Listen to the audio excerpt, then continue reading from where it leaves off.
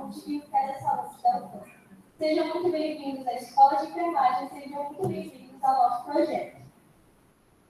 Passo a palavra agora para a professora, mestre Maria Francisca de Souza, da Escola de Enfermagem de Manaus, e a nossa professora doutora, Saskia Menezes, que está como diretora.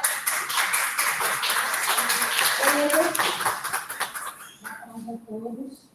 Nós gostaríamos de agradecer a presença de todos, especialmente do Marcinho, que vai estar colaborando conosco nessa parte brilhante. Muito obrigada, mais uma vez, por aceitar o nosso convite e compartilhar essa experiência científica de grande relevância acadêmica, né? Então, nós agradecemos os especialistas. Esse projeto não seria possível. Nós já agradecemos os nossos parceiros, a Comissão de Vigilância em Saúde, o doutor Fabrício já está a caminho, agora há pouco, o Telesaúde UFAM, que está na parceria da nossa contribuição, e nós agradecemos também a Escola de Enfermagem, a UFAM, e todo o corpo acadêmico, que é sempre colaborando, e a Fiocruz, pela parceria sempre aceita. Muito obrigada, passo a palavra para a participação. Bom, boa tarde a todos. Em nome do professor Edson Rocha, estou representando e dando boas-vindas, professor doutor, Marcílio Santos de Medeiros, que tem uma experiência muito válida e interessante, que é a vigilância da saúde do trabalhador e da trabalhadora, com relação à experiência dos agentes de limpeza pública de Guarani. Então, seja bem-vindo, professor, não vou me delongar. A palavra é sua. Muito obrigada. Então, apoio de todos. Você quer passar para mim? Sim. Em nome de todos os alunos, eu gostaria de cumprimentar o professor Marcílio Santos de Medeiros.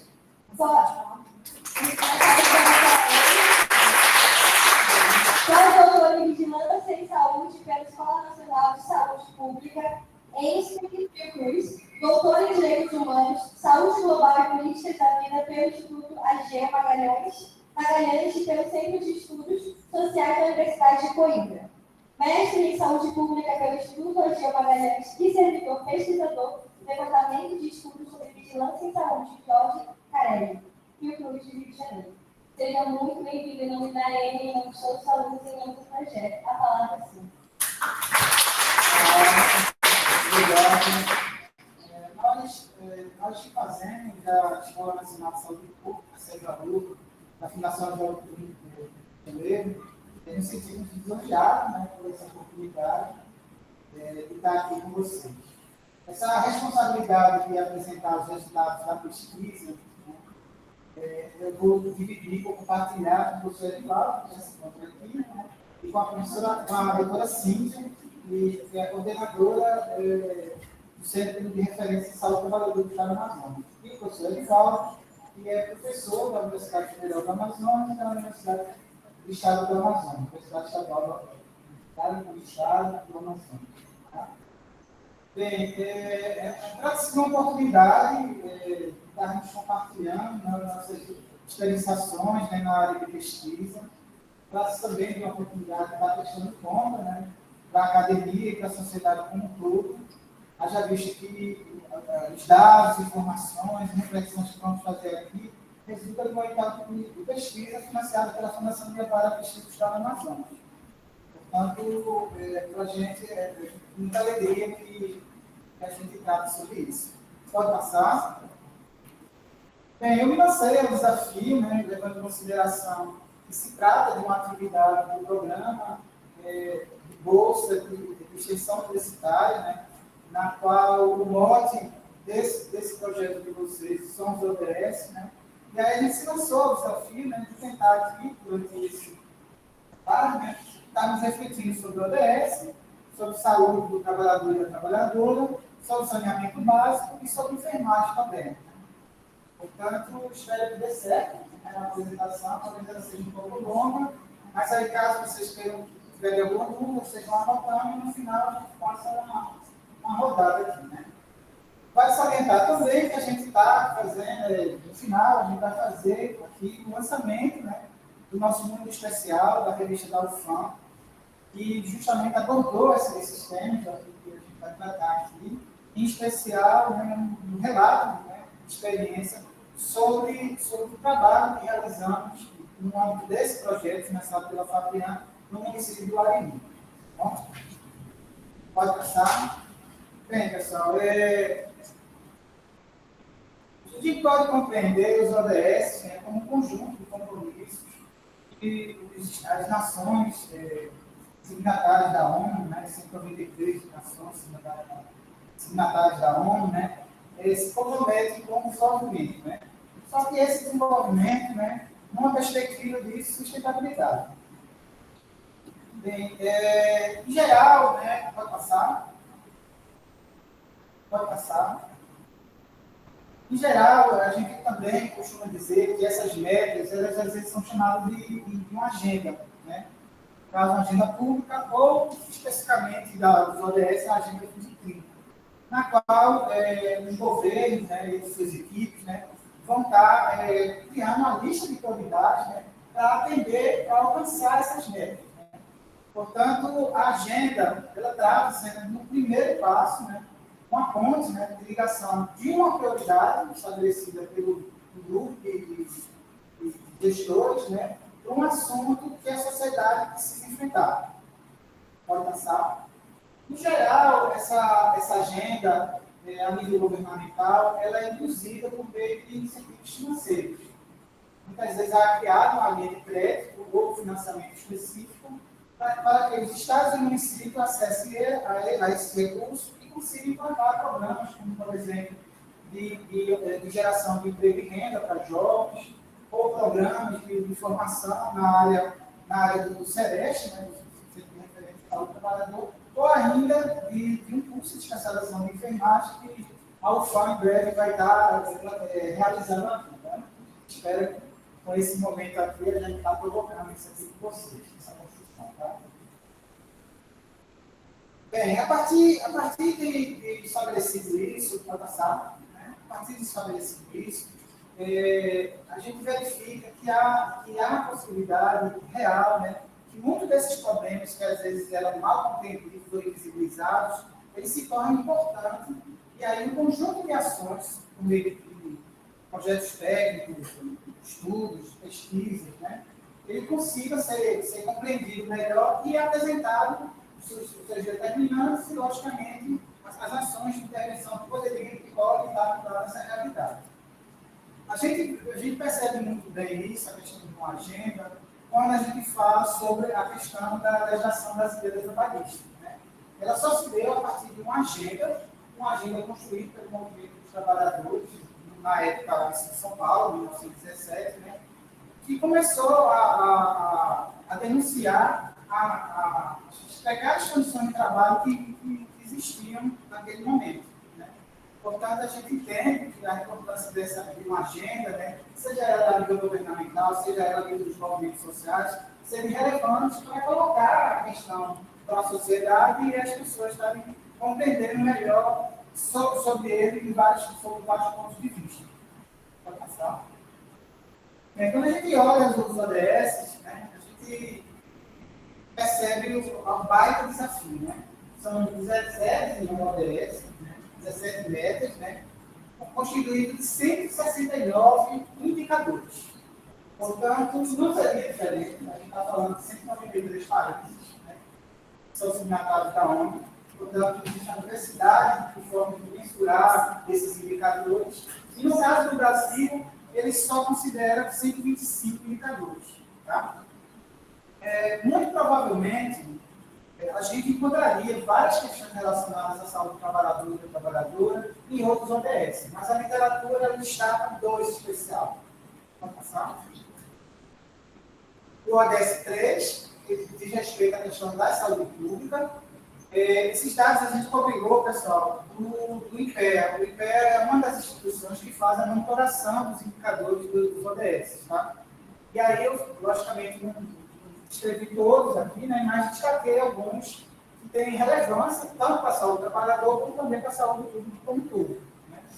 E a gente vê algumas metas alcançadas, né, os resultados são parciais, ainda não chegamos em 2030, né, e a gente vê alguns indicadores ainda ainda com dificuldade até de dados para você estar fazendo uma aferição adequada sobre essa situação momentânea desse indicador. Né?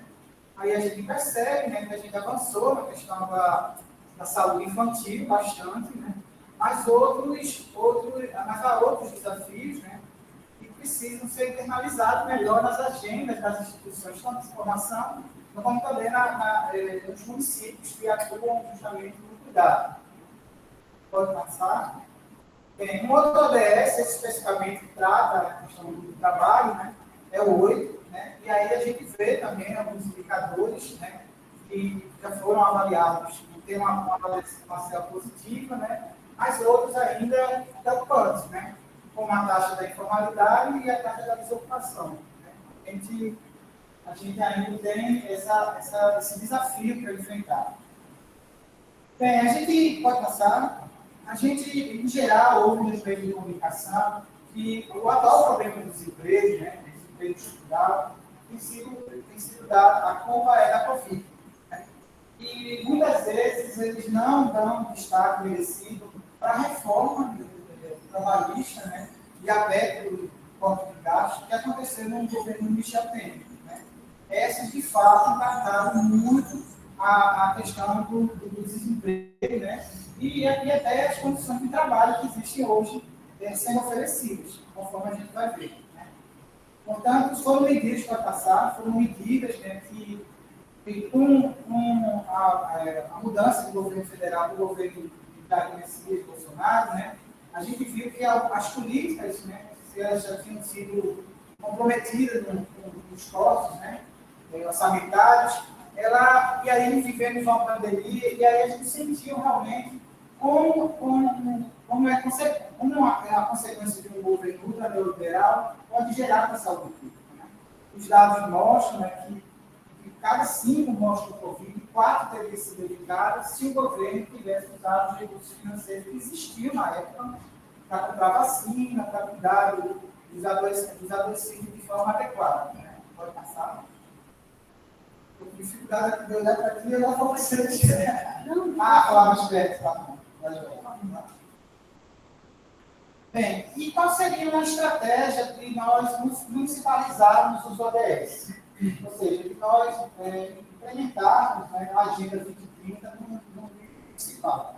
Existem algumas estratégias, eu mostrei aquela no início do século XX, né, que foi o movimento dos trabalhadores, né, que criaram essa agenda, né?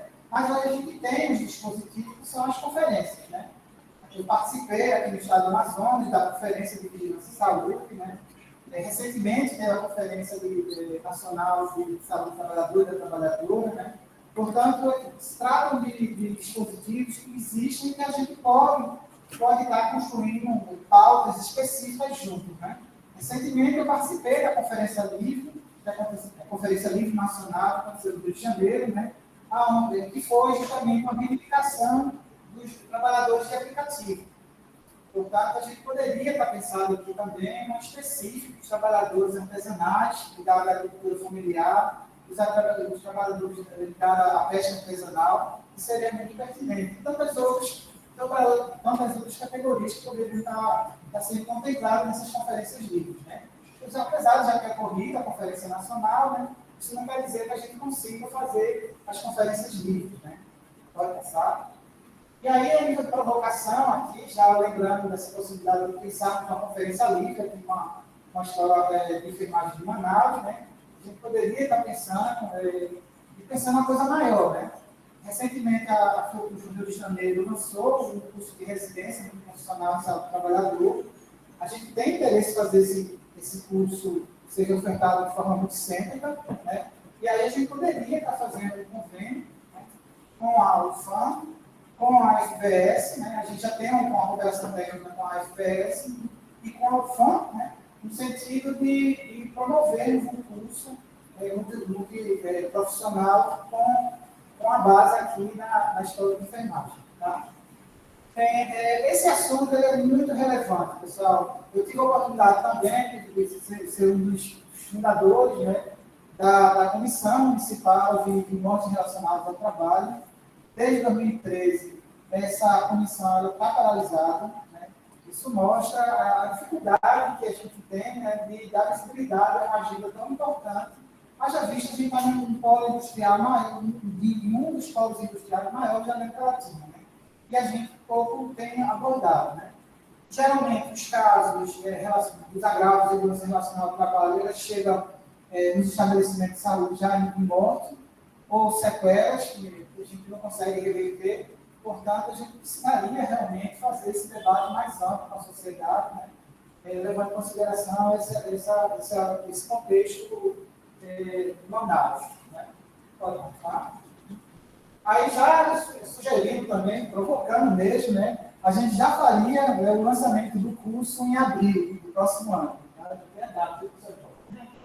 Aí, para não ter risco da gente já colocar na nossa agenda e a gente começar, a partir de amanhã, a gente começar a fazer os tratativos da viabilidade técnica e financeira dessa empreitada. Tá? Pode passar. E o que tem a ver, né, saúde da trabalhadora com a enfermagem? Pessoal, o que vocês acham?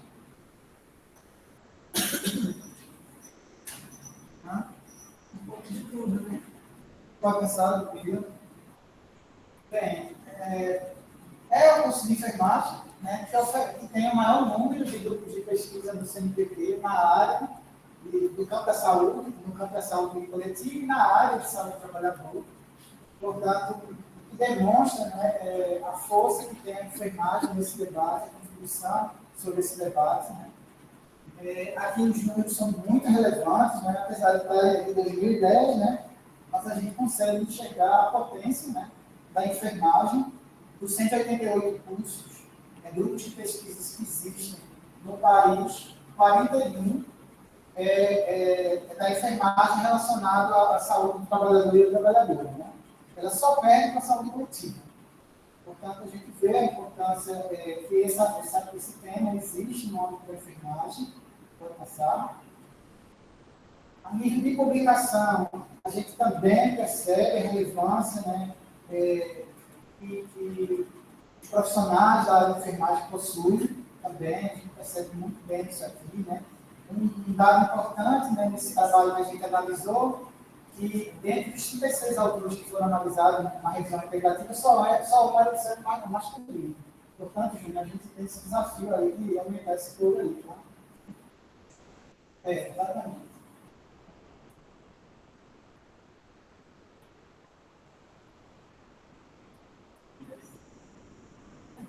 Pode passar. Bem, aí tem uma questão que esse artigo trata, né, que as abordagens, em geral, dão uma ênfase muito grande na questão dos riscos. Né. E essa ideia, né, da residência do profissional de saúde trabalhador e trabalhadora acontecer, né, a gente também enfatizaria, né, a questão da vigilância em saúde. Né. Esse é um aspecto relevante, a partir justamente de uma notificação adequada, né, do CAPS, que a gente consegue ter uma dimensão real dessa situação. Né? Portanto, os municípios, a maioria, assim que vai falar sobre isso, a maioria não notifica acidente de trabalho, e esse é um tema realmente visibilizado na saúde pública, no Amazonas. Vou passar. Bem, a relevância desse assunto, principalmente no contexto neoliberal, a gente percebe aqui, né? Desde 2019, a OMS determinou que a notificação compulsória, né, desses agravos, né? Alguns autores têm analisado, né, os estressores internos e externos no ambiente de trabalho, deveriam ser motivadores, deveriam ser, a gente chegar em casa felizes no dia de trabalho, mas a gente tem que chegar cada vez mais exausto, né? E aí ele tem verificado que esses eventos, né, no ambiente de trabalho, né, são estressores e gatilhos que envolvem o conhecimento da saúde mental. Né? Aqui a gente, simplesmente, a gente conversando no corredor, a gente vai encontrar várias situações que geraram esse empobrecimento da saúde mental, né, e essa chateação no ambiente de trabalho. Né? Portanto, são desafios que são colocados aqui, né, e mais ainda, né, nesse momento de flexibilização dos contratos de trabalho. Tá? Pode passar. Bem, pessoal, e o que isso tem a ver com os agentes de limpeza do alimento? devidamente chamado de garis e margaridas. A gente no trabalho, a gente encontrou, né, que o feminino de garia é margarida. A gente ainda não achou quem é o autor que inventou isso, mas eu achei muito bacana, né, eu achei muito justo, né, e é uma questão muito grande de gênero. Né? Hoje a gente vê que os trabalhadores de limpeza, né, são formados em boa maioria do sexo feminino. Né? As mulheres estão muito presentes aí. Né? E aí, quando a gente fala, vamos comemorar o dia do Gari, vamos fazer um evento sobre o Gari, a gente acaba excluindo uma questão importante relacionada ao gênero. Tá? Essa empreitada, conforme eu falei, ela foi financiada pela Fundação de Amparo à Pesquisa, foi um dos produtos dessa pesquisa bem grande, bem desafiante, que ela foi feita no Médio Solimões, os municípios que compreendem a Reserva de Desenvolvimento Sustentável Mangueiroá, e na qual a gente recebemos um convite do secretário municipal do Meio Ambiente, o professor Valdir, que deve estar nos assistindo, né, no sentido de fazermos um curso de formação com os recém-contratados de um concurso público para a gente de limpeza do município. A gente, pronto atendimento, mudamos o planejamento do projeto para atender essa demanda dele, e foi muito importante os achados, as reflexões que fizemos nesse trabalho. Né? Pode passar. Quero fazer um parênteses aqui, pessoal, que o Milton Santos fala, né? E para a gente compreender a relação do homem com o meio ambiente, a gente precisa se deter também às questões da técnica. Ele fala o seguinte, que não só é o trabalho que faz essa modificação, que nos foca, né? Mas principalmente a técnica. E aí ele sugere, né, que a técnica, na medida que ela vai mudando, a gente está mudando também o momento histórico da sociedade. E isso a gente percebe muito bem quando a gente faz essa análise, né? No período histórico do feudalismo, né? Onde a apropriação da terra do senhor feudal era também parcialmente do servo que existia nessa propriedade. A gente vê que na escravidão o trabalhador tem seu corpo pessoal completamente atacado, né? De vida, né? E que pode passar, e que essa situação, né, há resquício, infelizmente, dela. Por exemplo, numa conversa que a gente teve, quando eu tenho esse dias com o Padre Joaquim, ele me contou a história que a brasileira tem na guarda, ela guarda documentos históricos. E lá tem um relato de uma situação que aconteceu já recentemente, de massa dessa forma, né? No início do século XIX, quando os índios Tupama, eles foram ligados a realizar trabalhos forçados, né? Eles foram capturados e submetidos a trabalhos forçados. Portanto, essa questão da escravidão ainda está muito viva, né? A gente viu recentemente, né, que no ano passado foram resgatadas mais de 2.000 pessoas que trabalham na escravidão. A gente tem um grande problema que essas propriedades que esses trabalhadores foram resgatados, ela tem financiamento público. Esses grandes latifundiários, eles recebem recursos do BNDES para a ampliação da atividade agrícola, né? E aí eles cometem esses graves delitos, né? Portanto, cabe a nós, né, ficarmos vigilantes dessa situação, né? E fazermos a denúncia, né? Para que as autoridades, pelo menos de imediato, consigam barrar o financiamento dessas empresas. Né? Isso é uma questão muito séria no nosso país. Né? Mas aí, por outro lado, a gente percebe, né, que no caso da atividade artesanal, né, ela é extremamente relevante. Né? Se a gente considerar, por exemplo, a agricultura familiar, a gente percebe um quantitativo muito grande, né, de trabalhadores e trabalhadoras que estão na área rural em desenvolvimento dessa atividade. Como também na pesca, né? A pesca, o último censo que foi realizado, né, tinha 1 milhão de pessoas cadastradas, trabalhadores e trabalhadoras cadastrados. E quase metade delas já era formada por mulheres. No caso da agricultura familiar, quase 1/4 dos estabelecimentos comerciais que desenvolvem atividade são administrados por mulheres. Portanto, é uma questão de gênero relevante que a gente tem que ficar muito vigilante também. Pode passar. Bem, e aí, conforme o João Santos fala, né, o sistema de técnica, né, ele vem modernizando esse controle do corpo e da alma. Né? Logicamente, tem um impacto importante no processo de saúde, doença e cuidado. Né? Se a gente vê, por exemplo, o período do capitalismo da manufatura, né, na qual a escravidão era a base da força de trabalho, né, durou 400 anos, né, e a gente ainda está sofrendo desses males aí, né? Como eu comprei aqui, que no ano passado, quase 2 mil pessoas foram retiradas em trabalho análogo à escravidão. Né? A gente percebe que essas mudanças de técnica, né, também elas compreenderam também mudanças na forma de gestão do corpo e da alma. Se a gente olhar, por exemplo, né, na Revolução Industrial, os métodos de gestão, né, de organização desse ambiente fabril ainda era baseado nas experiências militares, né? Assim também como as iniciativas de cuidado dos trabalhadores. Naquela época já, né, se revelava a grande diferença, né, entre os trabalhadores que desenvolviam atividades nessas unidades fabris, né, e os detentores dos meios de comunicação, né, e de produção. Portanto, a gente percebe muito bem como essa questão de classe ela foi muito bem definida com a Revolução Industrial. E ela, conforme a gente vai ver, ela só se intensificou. Tá? Portanto, na indústria, esse corpo, né, ele sofre uma mudança no biorritmo dele, definido pelo horário de trabalho, horário de entrada, horário de saída, né, o tempo de trabalho desenvolvido diariamente. A gente vê que, com a definição técnica do trabalho, né, o Taylor teve uma importância muito grande nesse processo.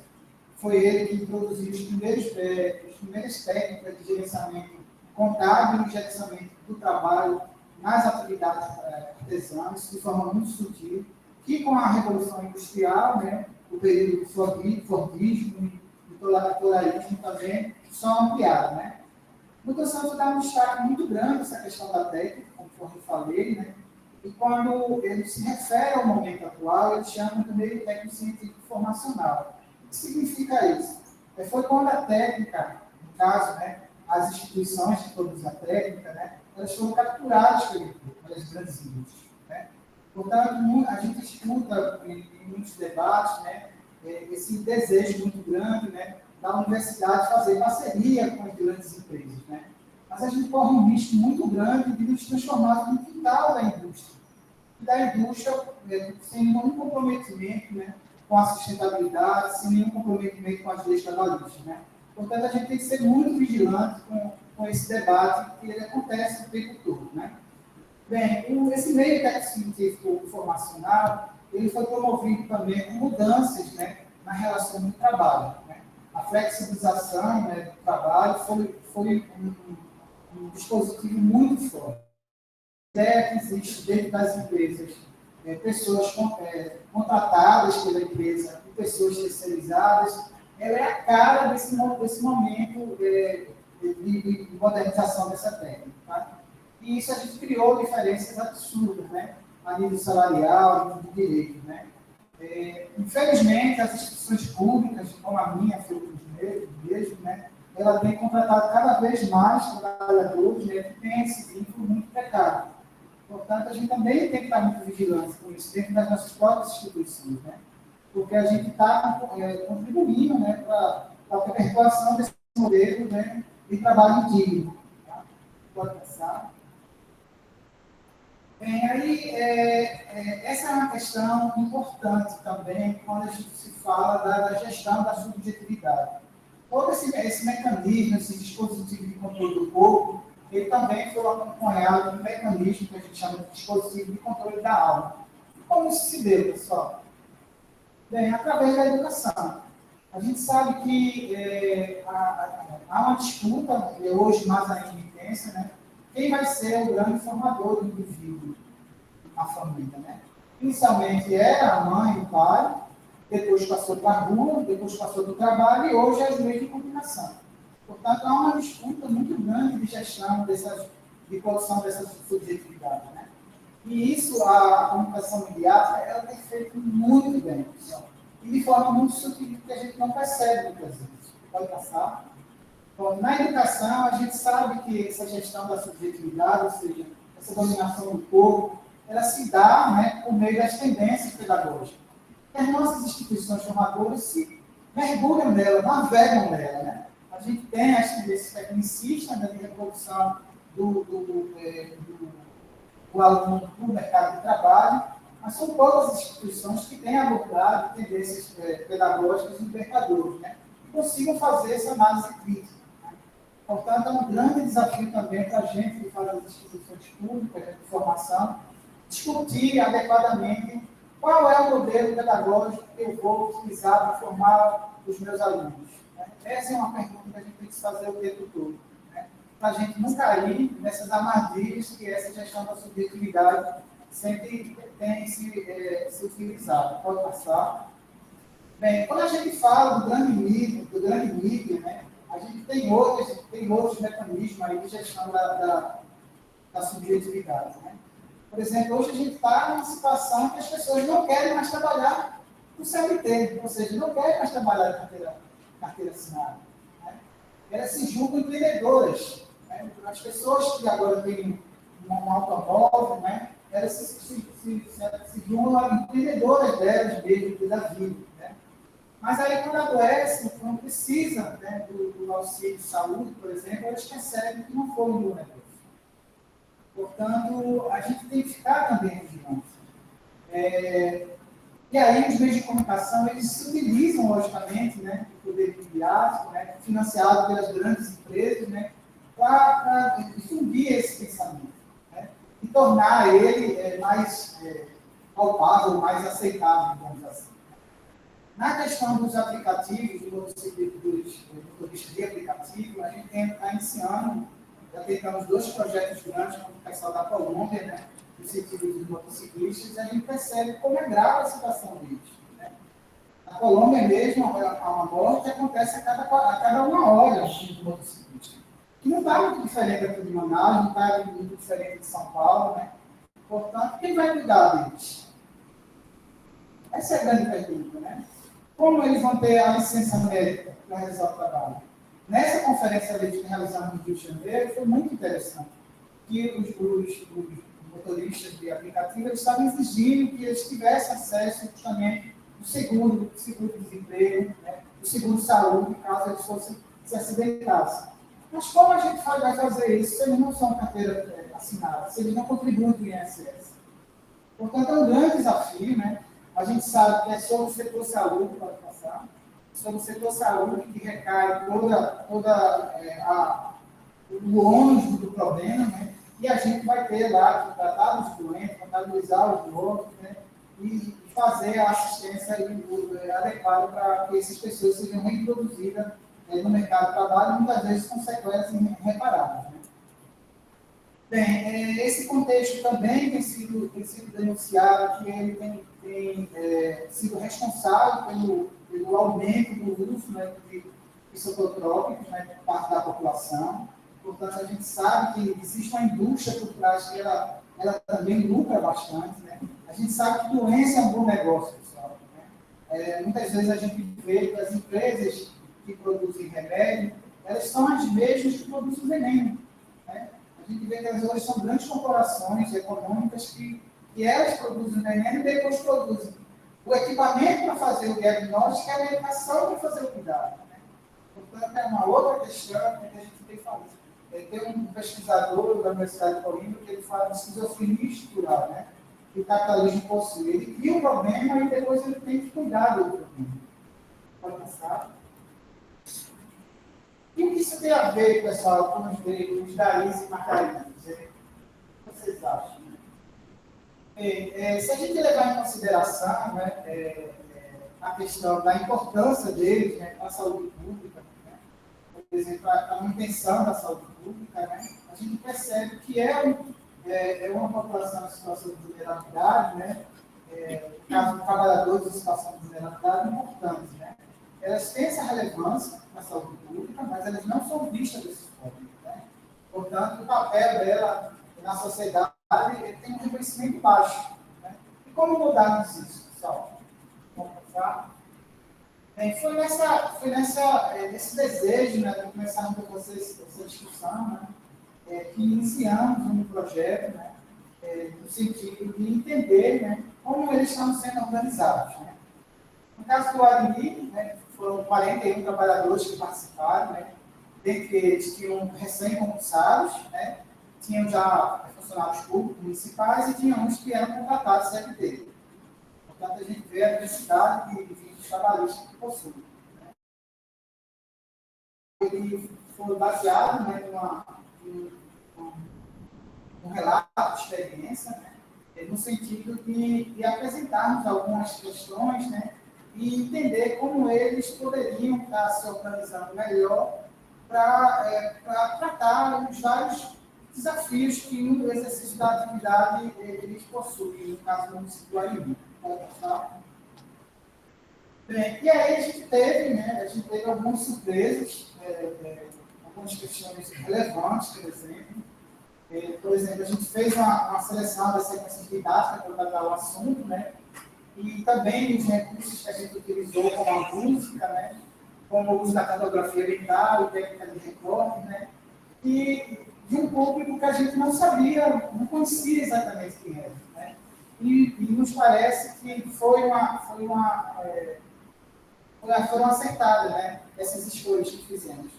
Por exemplo, o uso da música, né, o início era o Padre Joaquim, né, na Prazer da Fé, iniciava tocando a música, e as pessoas se apresentavam no microfone com a música.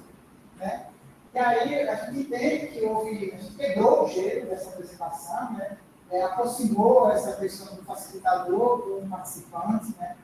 Posteriormente, o uso da cartografia mental, no meio de recorte de jornais, trouxe várias outras questões, como, por exemplo, a questão do assédio no trabalho. Né?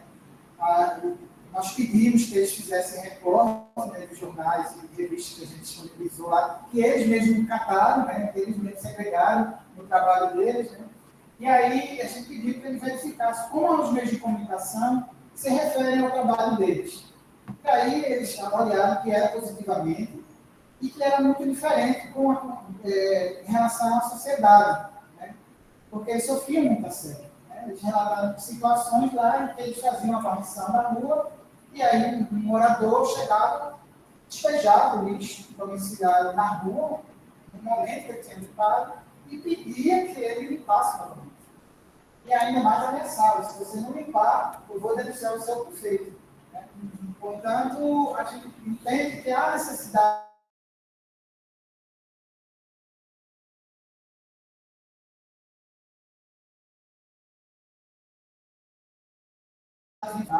dos servidores públicos, municipais, estaduais, federais. Uma outra coisa importante desse trabalho foi sobre a apresentação da CIPA, né, a Comissão Interna de Prevenção de Acidentes, que hoje se chama de assédio. Né? Eles não conheciam esse dispositivo, estão muito interessados que a gente avance com esse dispositivo lá. Né? E aí um outro assunto também que chamou muita atenção é que eles não sabiam que a categoria deles não era profissão regulamentada pelo Estado brasileiro. Né? E aí a gente apresentou um projeto de lei, né, do Paulo Parim, do Rio Grande do Sul, né, e a ordem agora recentemente ela foi aprovada e hoje existe um piso salarial de R$ 1.850 por cada um. Né? E eles lá, na época, reclamavam que recebia menos que isso. Portanto, a gente percebe a relevância de atividades dessa, com esses trabalhadores e trabalhadoras. Tiveram muito mais coisas que a gente vai dar tempo para falar aqui, pode passar. A gente também aproveitou a coordenação do PNI, do município, né? A gente pediu que os escritores levassem o cartão de vacina, a gente verificou como estava a cobertura vacinal deles, né? Foi bem interessante, né? A secretária municipal de saúde, que ela deve estar nos assistindo, a doutora Olivane, também participou dessa atividade, né? Não se preocupe com essa equipe. A equipe de Gariza e Margarida de Guarani são todos vacinados, de fato, estavam todos vacinados, né? Portanto, uma atitude importante. Mas o que nos tocou bastante, né, já estou no final, né, o professor ele vai falar um pouco, foi a questão do trabalho de campo. A gente fez uma conversa com a Secretaria de Educação que nos disponibilizou ônibus. A gente ia fazer o deslocamento e eles revelaram uma coisa que me deixou muito magoado, né? Que foi a primeira vez que eles entraram no ônibus da escolar do município. Portanto, gente, a gente tem muito também para percorrer, muito também para enfrentar esses estigmas, esses preconceitos, né? Que ainda prevalecem. Pode passar. Bem, aqui estão algumas conclusões que a gente tem sobre essa atividade, né, que permitiu a gente fazer esse diálogo. Né? Tem outras coisas que vão estar possivelmente acontecendo, mas a gente precisa estar na responsabilidade, né, professor, para estar fazendo isso. O professor Edivaldo e a professora Cíntia vão entrar. A professora Cíntia está, né? Foi? A professora Cíntia, se voltar a falar, vou passar a palavra lá para o professor Edivaldo. Marcílio, eu estou presente. Sobre a questão a importância dos trabalhadores na política de saneamento básico do país. Professor Edivaldo.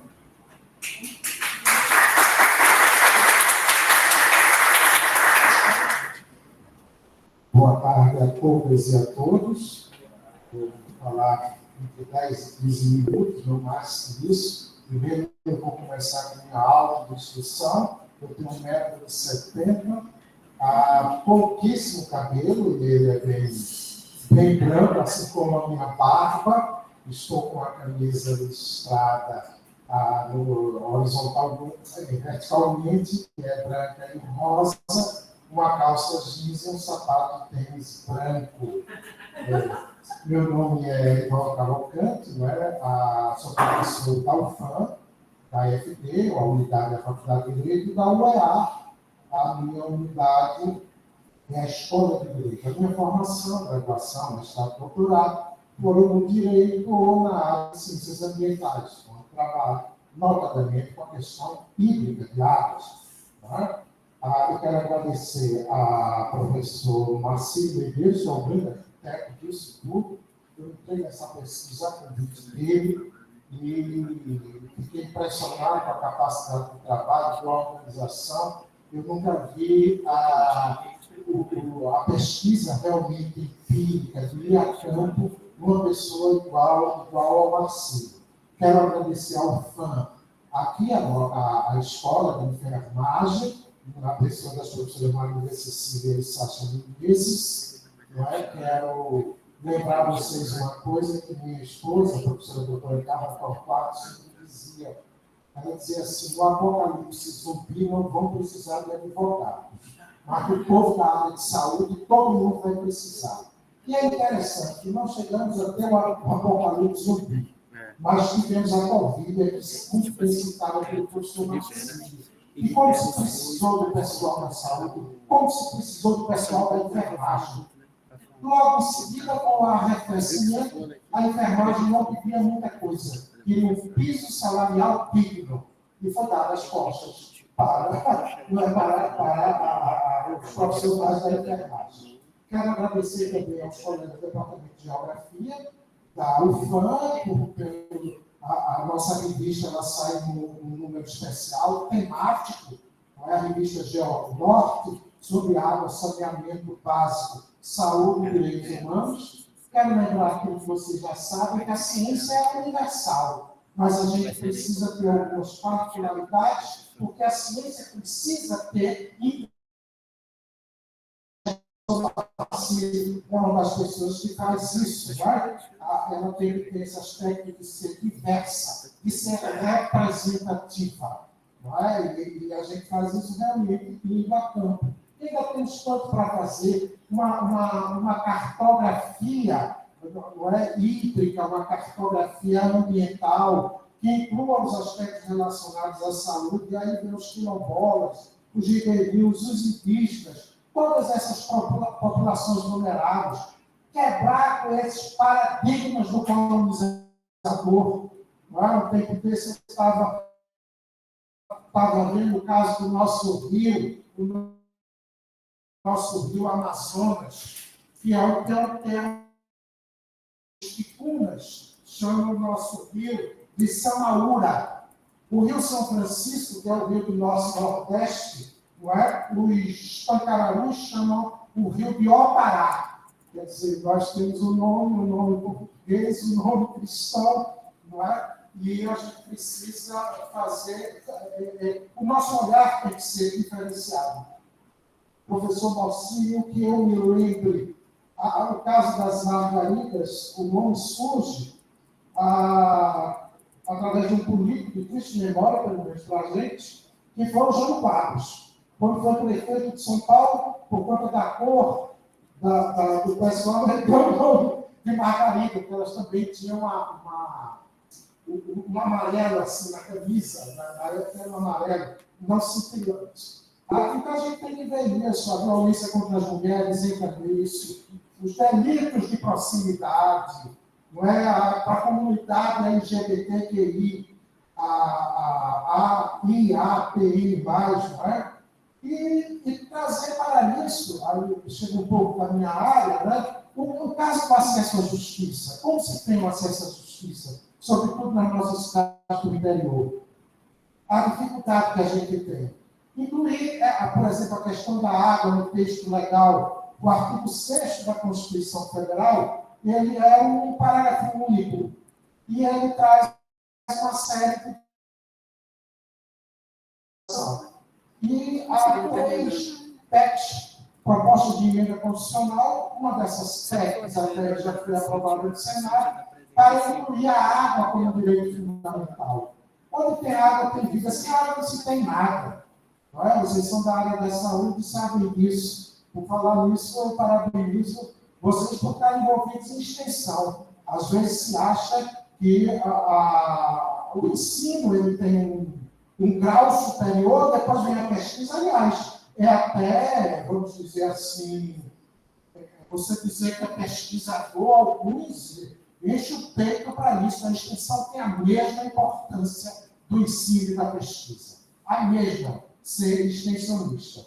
Então, a nossa revista, não é? Que também foi outra luta aí do professor Marcinho, perdão, por estar citando ele, mas seria tanto. Mas seria desonesto não citar o nome dele. A revista traz artigos, não deixem de dar uma lida deles, sobre gestão integrada de recursos hídricos, a análise jurisprudencial da evolução da Corte Interamericana de Direitos Humanos, esse aí é um artigo que foi escrito pelo professor Alain e por mim, a questão do saneamento ambiental, nossos igarapés são poluídos, não é? É interessante quando a gente tem esse comitê de bacia. Comitê de bacia, você vai encontrar no Rio Grande do Sul 8 comitês, no estado do Amazonas todo só tem um, né? E mesmo assim se segurando. O projeto Água Boa.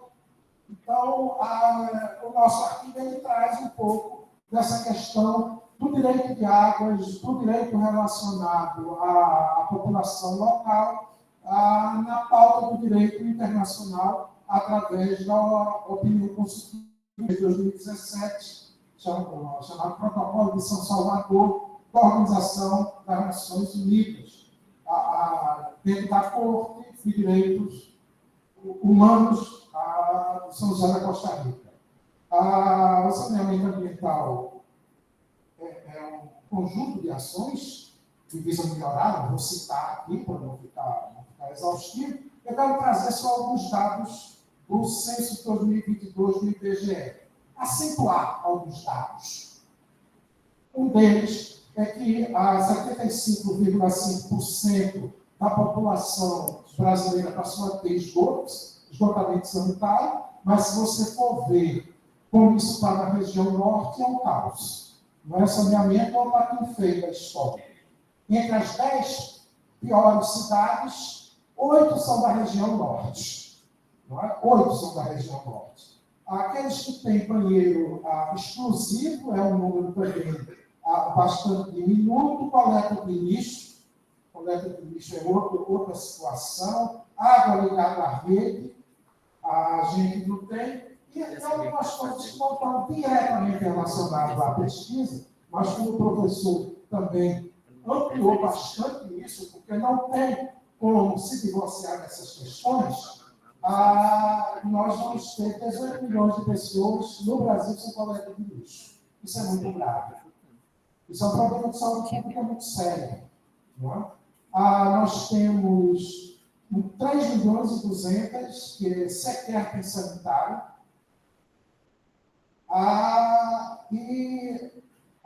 Cada vez mais o Brasil está ficando com a idade mais avançada. Não é? O número de jovens tem diminuído. Uma outra coisa, as mulheres, não é? Hoje a gente tem um percentual de 51,1% de mulheres. Pensando nas discussões do passado, não é? Como excluir as mulheres desse momento? Ninguém avançou mais nesse papel do século do que as mulheres. E vão avançar muito mais ainda. O mundo é das mulheres, já é. Não é? A predominância será, mas já o é. E o número de indígenas, 2 fatos, para encerrar que eu quero colocar aqui, 2 fatos. O número de indígenas cresceu 89%, foi para 1,7 milhões. Não é que de uma hora para outra nasceu indígena, mas é o pertencimento. Antes as pessoas tinham vergonha de dizer que era indígena. Por quê? Você é índio. E índio é aquilo que o colonizador trouxe para a gente, não é? Você é índio, as pessoas tinham vergonha de dizer que era índio. Não é? A questão das mulheres também. Ela vai fazer uma entrevista para emprego, pergunta lá, você tem quantos filhos? Eu tenho 4. Tenho 4, mas se alguém adoecer, quem vai ficar com eles? Ninguém vai me perguntar isso. Mas a professora doutora Carla Torquato, que tem a sorte de ser minha esposa, se ela for, vão dizer para ela, mas você vai deixar os filhos com quem? Talvez não contratem ela, porque vai deixar os filhos com quem? Isso já mostra essa questão. O outro indicador foi o número de pretos que também entrou. Ora, quantas piadinhas sem graça. Aliás, eu tenho uma história na faculdade, na Federal de Pernambuco, lá nos formamos em cursos diferentes, mas na mesma universidade, que veio era um papel e meio esse aqui, cheio de piadinhas a respeito de negro. E eu devolvi para o cara e disse, enfim, mas não consegui rir por nenhuma delas. Nenhuma delas para mim era engraçada. Eu disse, isso só instigou racismo. Quer dizer, as pessoas também não se declaravam pretos, negros ou pardos, não é? Porque era também estigmatizado. É? Então, esse é o nosso, não é, professor Tarcísio, o nosso mas o produto acadêmico físico da pesquisa, não é? Que é essa revista aqui, e é muito importante. Hoje não se faz praticamente revistas físicas, não é? As revistas estão todas nas plataformas aí, isso tem uma vantagem que o mundo todo tem acesso. Quantos vão ler ela fisicamente? E quantos vão baixar os arquivos, sendo gratuitos? Mas aqui está a revista, não é? Esse também é o momento do lançamento da revista, não é, professor? E fica o convite para a leitura e obrigado a vocês pela paciência de terem escutado.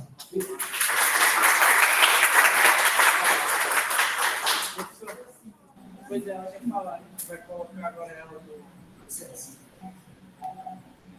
Depois tem as perguntas. Professora Cíntia.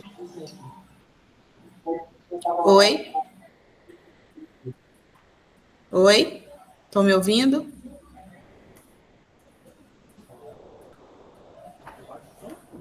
Ela está saindo aqui? Está saindo aqui no coisa. Fale de novo aí, por favor. Oi, posso falar?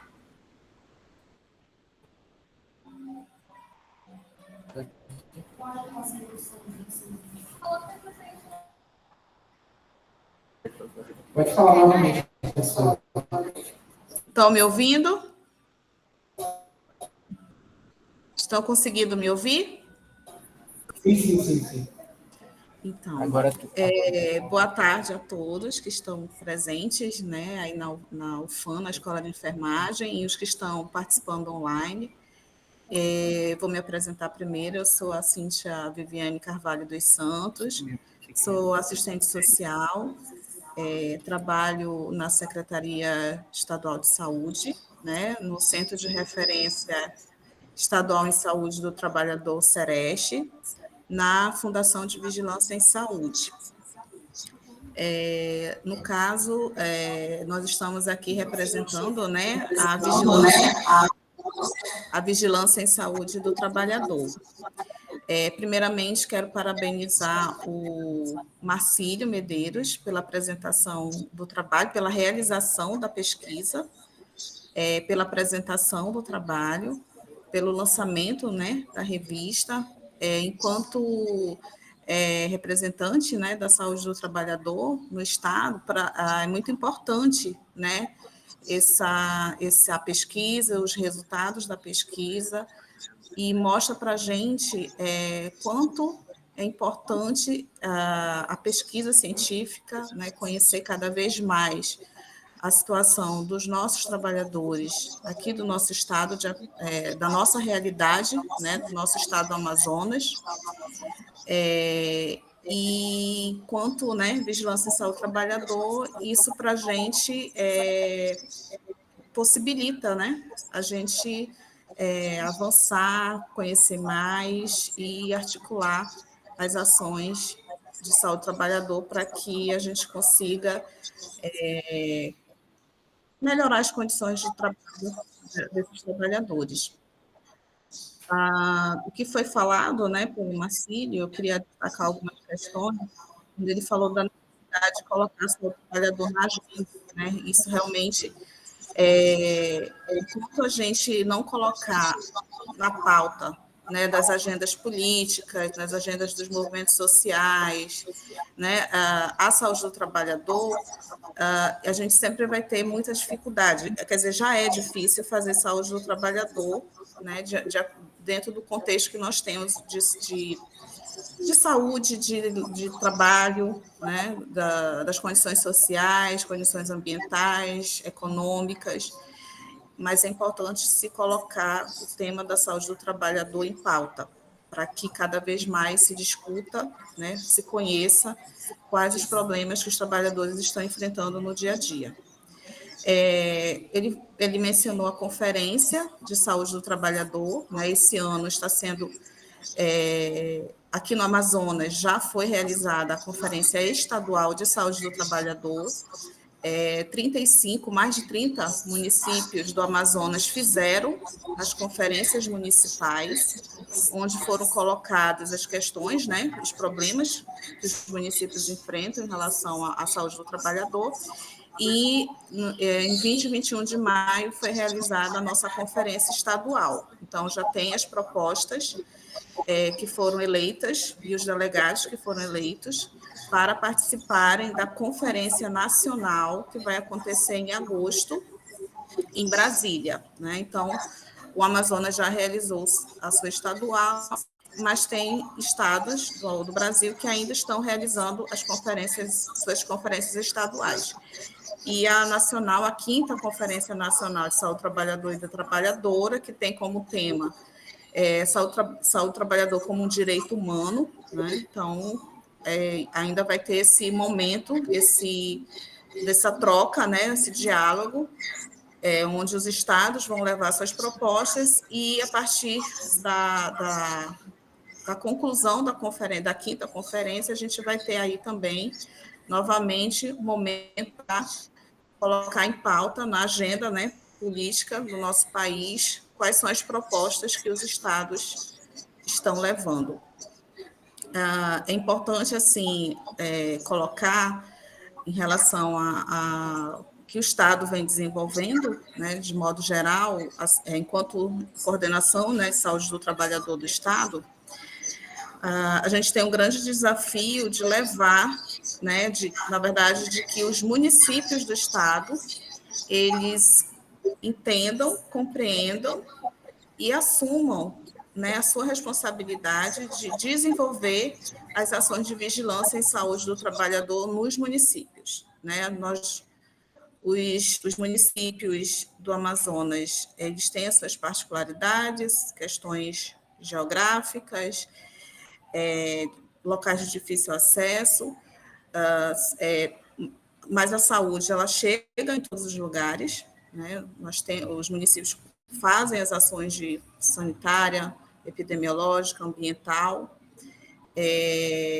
mas ainda não assumiram, né, de fato, realizar a vigilância em saúde do trabalhador, né? E esse é o papel que o Estado vem desenvolvendo, capacitando, né, os municípios, os profissionais de saúde que atuam nesses municípios para que eles identifiquem as doenças e os agravos e notifiquem esses casos. Porque a partir das notificações, a gente consegue conhecer, né, saber realmente do que morrem, do que adoecem os nossos trabalhadores. Infelizmente, a gente ainda tem muita subnotificação desses acidentes e doenças relacionados ao trabalho. E aí, né, como nós estamos numa universidade, né, na escola de enfermagem, lançar esse desafio para os enfermeiros, enfermeiras, né, os futuros enfermeiros e enfermeiras que vão atuar no nosso estado, para que olhem pela vigilância em saúde do trabalhador, né? Porque o papel da vigilância é estar atento, né? É o olhar, é o vigiar, é o conhecer, é o pesquisar, é o analisar, e tudo isso, como que o trabalho, né? Como que as condições de trabalho, como que as atividades, as atividades laborativas, elas causam acidentes e doenças, porque são também fatores determinantes e condicionantes de adoecimento. Então, da forma como o trabalho acontece, onde ele acontece, os riscos que os trabalhadores estão expostos, eles causam adoecimento. E o Marcílio citou, né, de pesquisas, né, de levantamento de dados de vários problemas de saúde, inclusive aqueles relacionados ao assédio moral, transtornos mentais ocasionados por assédio moral, por violência no trabalho. Então, é importante que esses futuros profissionais, eles olhem por essa questão, olhem para o trabalho, que o trabalho ele pode, sim, ser fonte de adoecimento, fonte de problemas de saúde. E como nós estamos falando do SUS, né, o Sistema Único de Saúde, então, todos esses problemas, sejam acidentes de trabalho, acidentes de trânsito, que são acidentes de trabalho, muitos trabalhadores, mototaxistas, né, motociclistas, entregadores de aplicativo, motoristas de aplicativos, sofrem acidentes de trabalho, porém, eles só são identificados como acidentes de trânsito, e não como acidentes de trabalho. E é importante que a gente mostre, né, o que está acontecendo, porque a partir desses dados, né, é possível fazer as intervenções, a melhoria, né, a trabalhar a educação em saúde, pesquisa, a partir desses dados, né? Então, vigilância é isso, é você conhecer, você identificar. É importante que esses profissionais cada vez mais conheçam, né, sobre a saúde do trabalhador, sobre a vigilância em saúde do trabalhador, e realmente é importante, e aí lembrando que o Marcílio falou a respeito, né, de investir cada vez mais em qualificação, né, com certeza nós, enquanto Sereste e FVS, a gente tem muito interesse em investir em cada vez mais na formação e na qualificação dos profissionais. De modo geral, era isso que eu gostaria de falar, né? Estamos à disposição, né, do Sereste. Quero até ressaltar que, né, a responsável pela vigilância saúde do trabalhador do município de Juarini estava participando, não sei se ela ainda está, mas ela estava participando.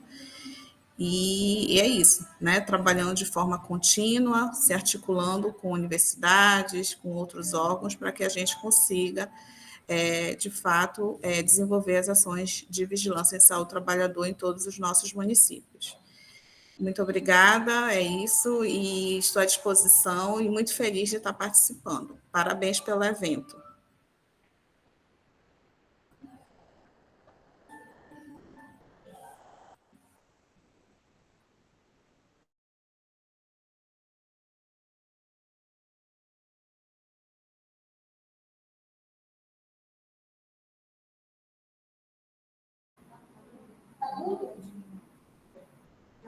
Obrigada. Nesse momento agora, a gente vai dar umas perguntas para vocês. O Roberto vai levar o microfone.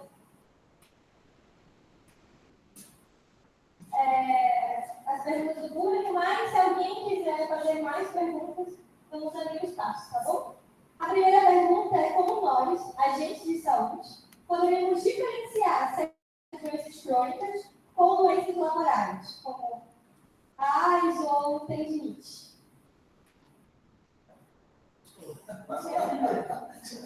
Cíntia está por aí ainda, né?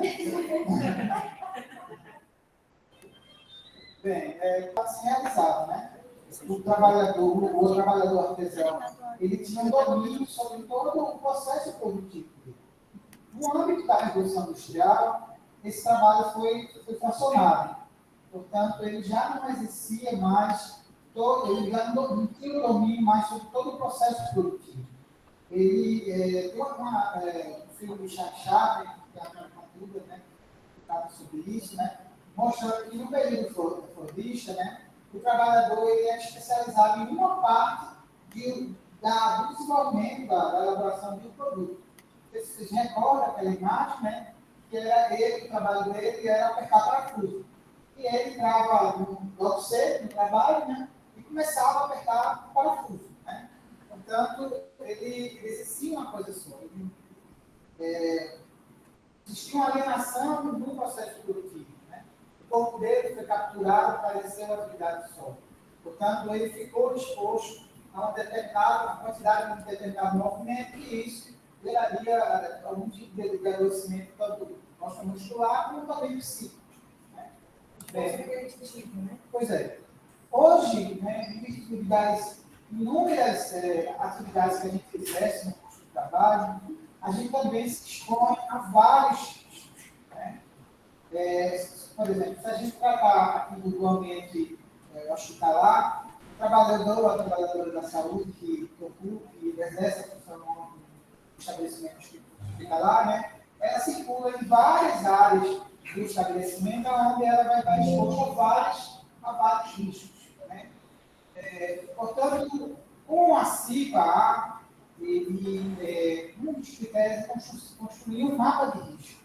E nesse mapa de risco, tanto os trabalhadores como os trabalhadores fazem uma descrição, né? Aqui fatores de risco para a saúde do trabalhador estaria exposto. E aí você consegue estabelecer alguma relação de causa e efeito para aquele tipo de exposição e aquela atividade. Portanto, é necessário também, antes de dar uma resposta exata, né, sobre entender também que tipo de atividade a pessoa exerce. Né? Pode estar enumerando apenas um problema de saúde se ela está exposta a outros fatores, né, que podem estar sendo gatilho, né, com o empobrecimento da saúde mental, por exemplo. Do ponto de vista da saúde, eu não tenho competência para responder, eu tenho que falar do ponto de vista do direito. Nós temos um ramo do direito chamado direito do trabalho, cada vez mais está absorvendo bem sensível à questão do direito. Então, a exigência